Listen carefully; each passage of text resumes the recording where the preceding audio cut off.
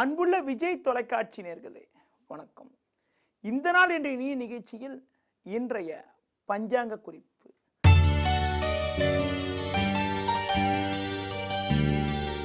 பதினேழு 3/2015 பங்குனி மாதம் 3ஆம் தேதி செவ்வாய்க்கிழமை. துவாதசி திதியானது இரவு 10:43 வரை, பின்பு திரியோதசி திதி. திருவோண நட்சத்திரமானது மாலை 5:01 வரை, பின்பு அவிட்ட நட்சத்திரம். நாள் முழுவதும் சித்த யோகம். ராகு காலமானது மதியம் 3 மணி முதல் 4:30 வரை. யமகண்டமானது காலை 9 மணி முதல் 10:30 வரை. இன்றைய சுப ஓரைகள் என பார்க்கின்ற பொழுது காலை 8 மணி முதல் 9 மணி வரை, மதியம் 12 மணி முதல் 1 மணி வரை, மாலை 4:30 முதல் 5 மணி வரை, பின்பு இரவு 7 மணி முதல் 8 மணி வரை, பின்பு 10 மணி முதல் 12 மணி வரை. இனி இன்றைய ராசி பலன். மேஷ ராசி நேயர்களே, உங்கள் ராசிக்கு 6இல் ராகு 10இல் சந்திரன் சஞ்சரிப்பதால் நினைத்ததெல்லாம் நடக்கும். பொருளாதார ரீதியாக உயர்வுகள் இருக்கும். நீண்ட நாட்களாக தடைப்பட்ட சுபகாரியங்கள் கூட கைகூடுவதற்கான வாய்ப்புகள் இருக்கிறது. நெருங்கியவர்களை அனுசரித்து சென்றால் ஏற்ற மிகுந்த பலன்களை அடைய முடியும்.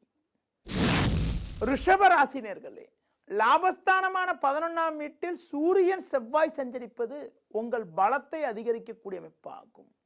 பாக்யஸ்தானத்தில் சந்திரன் சஞ்சரிப்பதால் எல்லா வகையிலும் ஏற்ற மிகுந்த பலன்கள் உண்டாகும்.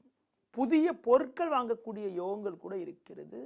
உத்தியோகத்தில் இருப்பவர்களுக்கு இருக்கக்கூடிய குழப்பங்கள், பிரச்சனைகள் எல்லாம் விலகுவது மட்டுமில்லாமல் மேல் அதிகாரிகளுடைய ஆதரவானது சாதகமாக இருக்கக்கூடிய அமைப்பும், புதிய வாய்ப்புகள் தேடி வரக்கூடிய ஒரு இனிய அமைப்பும் இன்றைய நாளில் இருக்கிறது. மிதுன ராசினியர்களே, லாபஸ்தானத்தில் சுக்கிரனும் 10இல் சூரியன் செவ்வாயும் சஞ்சரிப்பது உங்கள் பலத்தை அதிகரிக்கக்கூடிய உன்னதமான அமைப்பாகும். பண வரவானது மிக மிக சிறப்பாக இருக்கும். சந்திரனானவர் 8இல் சஞ்சரிப்பதால் தேவையில்லாத குழப்பங்களும் மன அமைதி குறையக்கூடிய ஒரு சூழ்நிலையும் இருப்பதால் எதிலும் சற்று சிந்தித்து செயல்பட்டால் ஏற்ற மிகுந்த பலன்களை எளிதில் அடைய முடியும். கடகராசினியர்களே, சமசத்தமஸ்தானமான 7ஆம் வீட்டில் சந்திரனும் 10இல் சுக்கிரனும் சஞ்சரிப்பதால் பல்வேறு வகையில் சாதகமான பலன்கள் ஏற்படுவது மட்டுமில்லாமல் பெரிய மனிதர்களுடைய ஆதரவு கூட உங்களுக்கு தக்க சமயத்தில் கிடைத்து மகிழ்ச்சி பூரிப்பு உண்டாகும். குடும்பத்தில் கணவன் மனைவியிடையே ஒற்றுமை அதிகரிக்கும். இருக்கக்கூடிய உடம்பு பாதிப்புகள் எல்லாம் விலகி எதிலும் தெம்போடும் சுறுசுறுப்போடும் செயல்படக்கூடிய அமைப்பு. அது மட்டும் இல்லாமல் மன அமைதி ஏற்படக்கூடிய ஒரு இனிய நாளாக இன்றைய நாள் இருக்கும். சிம்ம ராசினியர்களே, உங்கள் ராசிக்கு 6ஆம் வீட்டில் சந்திரனும் 7இல் புதனும் சஞ்சரிப்பதால் நெருங்கியவரின் ஆதரவு மிக மிக சிறப்பாக இருக்கும். புதிய பொருட்கள் வாங்கக்கூடிய யோகங்கள் கூட இன்றைய நாளில் இருக்கிறது. எடுக்கும் முயற்சிகளில் சாதகமான பலன்கள் இருக்கும். மற்றவர்களுக்கு நீங்கள் கொடுத்த வாக்குறுதிகளை எளிதில் காப்பாற்றி பல்வேறு வகையில் சாதகமான பலன்கள் அடையக்கூடிய ஒரு இனிய நாளாக இன்றைய நாள் இருக்கும். கன்னி ராசினியர்களே, உங்கள் ராசிக்கு 6இல் புதன் 11இல் குரு சஞ்சரிப்பதால் எடுக்கும் முயற்சிகளில் ஏற்ற மிகுந்த பலன்கள் இருக்கும்.